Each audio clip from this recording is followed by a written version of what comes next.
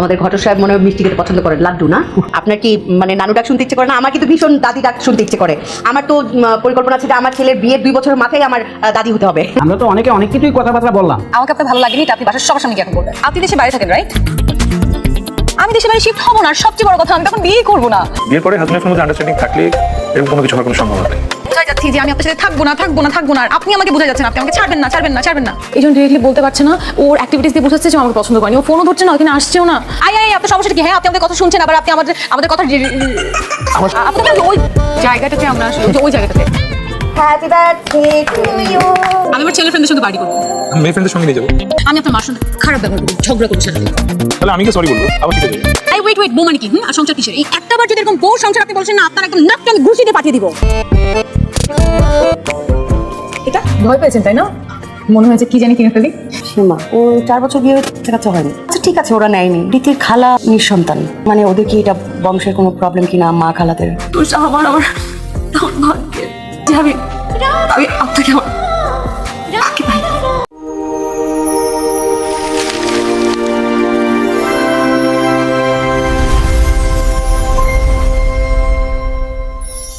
Hello বন্ধুরা, কি অবস্থা সবার? আশা করি সবাই ভালো আছেন।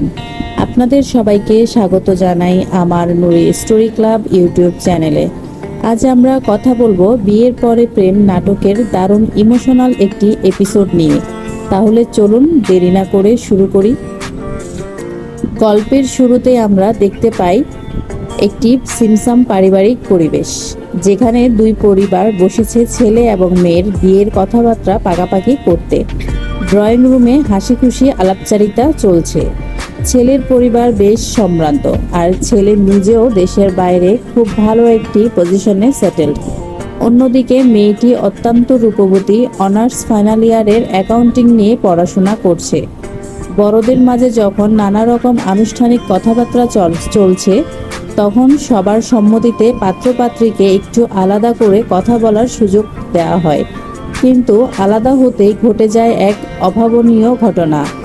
মেয়েটি অত্যন্ত স্পষ্টভাষী এবং জেদি স্বভাবের। সে সরাসরি ছেলেটিকে জানিয়ে দেয় যে এই বিয়েতে তার বিন্দুমাত্র সম্মতি নেই।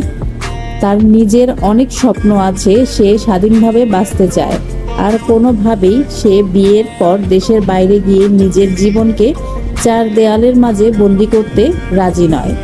সে ছেলেটিকে রীতিমতো শাসিয়ে দেয়, যেন ছেলেটি নিজে গিয়ে সবার সামনে বলে দেয় যে তার মেয়েটিকে পছন্দ হয়নি। সে চায় দোষটা যেন ছেলের কাঁধেই পড়ে। কিন্তু ছেলেটি অত্যন্ত শান্ত, ধীরস্থির এবং পরিণত মনের একজন মানুষ। সে হাসি মুখে মেয়েটির সব কথা শোনে এবং স্পষ্টভাবে জানিয়ে দেয় যে সে এমন কোনো মিথ্যা অজুহাত দিয়ে সবার হাসির পাত্র হতে পারবে না। মেয়েটির এত সুন্দর রূপ দেখে তাকে অপছন্দ করার কথা কেউ বিশ্বাসও করবে না। ছেলেটির এমন নির্বিকার আচরণে মেয়েটি ভীষণ রেগে যায় এবং তাকে নানাভাবে হুমকি দিতে থাকে যে বিয়ে হলে সে ছেলেটি জীবন তেজপাতা করে ছাড়বে। কিন্তু ছেলেটি কোনোভাবেই নিজের অবস্থান থেকে সরে আসে না, উল্টো মুচকি হেসে মেয়েটিকে আরও রাগিয়ে দেয়। মেয়েটি তখন নতুন এক ফন্দি আঁটে। সে চায় ছেলেটিকে এমনভাবে অপমান করতে যাতে ছেলেটি নিজেই বিয়ে ভেঙে দেয়। পরিকল্পনা অনুযায়ী পরদিন সে তার বড় বোনকে নিয়ে একটি রেস্তোরাঁয় যায় ছেলেটির সাথে দেখা করার জন্য। তার প্ল্যান ছিল সে নিজে গিয়ে বসে থাকবে আর ছেলেটিকে ইচ্ছে করে দেরি করিয়ে অপমান করবে। কিন্তু সেখানে গিয়ে সে অবাক হয়ে যায়। ছেলেটি তাদের আসার অনেক আগেই রেস্তোরাঁয় এসে বসে আছে। মেয়েটির সব পরিকল্পনা মুহূর্তের মধ্যেই ভেস্তে যায়। রাগে গজগজ করতে করতে সে একটি আগুনের মতো গরম কফি অর্ডার করে, যেন সুযোগ পেলে ছেলেটার গায়ে ঢেলে দিতে পারে। কিন্তু ছেলেটির দারুণ রসবোধ এবং মিষ্টি কথার জাদুতে সেই সুযোগ আর সে করে উঠতে পারে না। ছেলেটি সব কিছুই খুব সাবলীলভাবে সামলে নেয়। এরপর মেয়েটির জন্মদিনের একটি দৃশ্য আসে যা গল্পের মোড় ঘুরিয়ে দেয়। মেয়েটি ছাদে বসেছিল, হঠাৎ করে ছেলেটি তার পরিবার নিয়ে সেখানে উপস্থিত হয়। মেয়েটিকে সারপ্রাইজ দেওয়ার জন্য। শুধু তাই নয়, ছেলেটি মেয়েটির সবচেয়ে পছন্দের ব্র্যান্ডের চকলেটের উপহার নিয়ে আসে। সেই ছোট্ট ছোট বিষয়গুলো মেয়েটির মনে একটি গভীর দাগ টেনে দেয়। সে অবাক হয়ে ভাবে, এই মানুষটা মাত্র কয়েকদিনের পরিচয়ে কিভাবে তার সব পছন্দ অপছন্দ জেনে গেল। যে মেয়েটি বিয়ে নামক প্রতিষ্ঠানটিকে ভয় পেত, স্বাধীনতায় হস্তক্ষেপ হবে ভেবে দূরে পালাতে চাইতো, তার মনে বরফ গলতে শুরু করে। সে বুঝতে পারে কেউ একজন সত্যি সত্যি তাকে নিয়ে ভাবছে, তার যত্ন নিচ্ছে। বিয়ের কেনাকাটা করতে যাওয়ার দিন মেয়েটি আবার তার পুরনো জেদ দেখানোর চেষ্টা করে। সে ঠিক করে আজ এমনভাবে শপিং করবে যাতে ছেলেটির পকেট পুরোপুরি ফাঁকা হয়ে যায়। সে দোকানে গিয়ে যা দেখে তাই কিনতে শুরু করে, প্রয়োজন হোক বা না হোক। এক গাধা দামি দামি জামা কাপড় আর জিনিসপত্র সে বিল করার জন্য জমা দেয়। তার উদ্দেশ্য ছিল এত বড় বিল দেখে ছেলেটি যেন ভয় পেয়ে যায় এবং কৃপণতা দেখায়। কিন্তু এখানেও ছেলেটি তাকে অবাক করে দেয়। বিন্দুমাত্র বিরক্তি প্রকাশ না করে হাসি মুখে সে সবকিছু বিল মিটিয়ে দেয়। ছেলেটির এই নিঃস্বার্থ ভালোবাসা আর উদারতা দেখে মেয়েটির হৃদয়ে জমে থাকা সব অভিমান আর ক্ষোভ ধুয়ে মুছে যায়। সে বুঝতে পারে এমন একজন জীবনসঙ্গী পাওয়া সত্যিই ভাগ্যের ব্যাপার, যে তার সব পাগলামির এত সুন্দর করে মেনে নিতে পারে। ধীরে ধীরে মেয়েটির মনেও ছেলেটির জন্য একটা নরম জায়গা তৈরি হতে শুরু করে।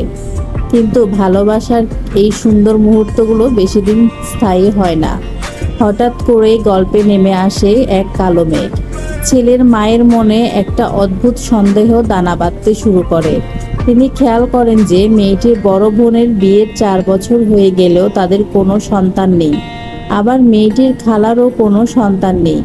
সমাজে প্রচলিত কুসংস্কার আর অমূলক ভয়ের বশবর্তী হয়ে ছেলের মা ভাবতে শুরু করেন যে এটি হয়তো তাদের বংশগত কোনো সমস্যা। তিনি ভয় পেতে থাকেন যে এই মেয়েটিকে ঘরে আনলে হয়তো তার ছেলেও কোনোদিন বাবা হতে পারবে না, তিনি কোনোদিন দাদি ডাক শুনতে পারবে না। এই অমূলক আতঙ্কে ভুগে তিনি এক বিরাট ভুল করে বসেন। তিনি সরাসরি মেয়েটির বাড়িতে গিয়ে প্রস্তাব দেন যে বিয়ের আগে মেয়েটির সবকিছু মেডিকেল টেস্ট করানো উচিত, যাতে ভবিষ্যতে কোনো সমস্যা না হয়। এই একটি কথায় দুই পরিবারের মধ্যে এক নীরব ঝড় বয়ে যায়। একটা মেয়ের জন্য, একটা পরিবারের জন্য এর চেয়ে বড় অপমান আর কিছুই হতে পারে না। ছেলেটি যখন জানতে পারে তার মা এমন একটি জঘন্য কাজ করেছেন, সে ভীষণ রেগে যায়। সে তার মাকে বোঝানোর চেষ্টা করে যে সে এই কাজটা কতটা অপমানজনক আর অমানবিক হয়েছে, কিন্তু ততক্ষণে যা ক্ষতি হওয়ার তা হয়ে গিয়েছে। মেয়েটি ছেলেটির সাথে সব ধরনের যোগাযোগ সম্পূর্ণভাবে বন্ধ করে দেয়। সে ফোন ধরে না, মেসেজের রিপ্লাই দেয় না। ছেলেটি পাগলের মতো মেয়েটিকে খুঁজতে থাকে, বারবার ক্ষমা চাওয়ার চেষ্টা করে, কিন্তু মেয়েটি কিছুতেই তার কোনো কথা শুনতে রাজি হয় না। মেয়েটি স্পষ্টভাবে জানিয়ে দেয় যে সে পরিবার তাকে বিয়ের আগে এত বড় অপমান করতে পারে, সেই পরিবারে সে কখনো বিয়ে করবে না। এর কিছুদিন পর ছেলের মা হঠাৎ করে ভীষণ অসুস্থ হয়ে হাসপাতালে ভর্তি হন।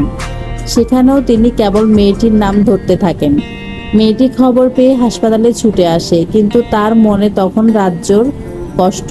হাসপাতালের এক নিরিবিলি পরিবেশে ছেলেটি যখন মেয়েটিকে আবার অনুরোধ করে ফিরে আসার জন্য, তখন মেয়েটি কান্নায় ভেঙে পড়ে এবং এমন এক নির্মম সত্য প্রকাশ করে যা শুনে ছেলেটি স্তব্ধ হয়ে যায়।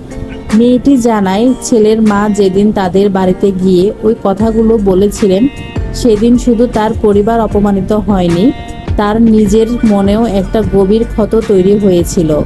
সেই জেদ থেকে এবং নিজের মনের সন্দেহ দূর করার জন্য সে নিজেই গোপনে তার এক ডাক্তার বান্ধবীর কাছে গিয়ে সব ধরনের টেস্ট করায়।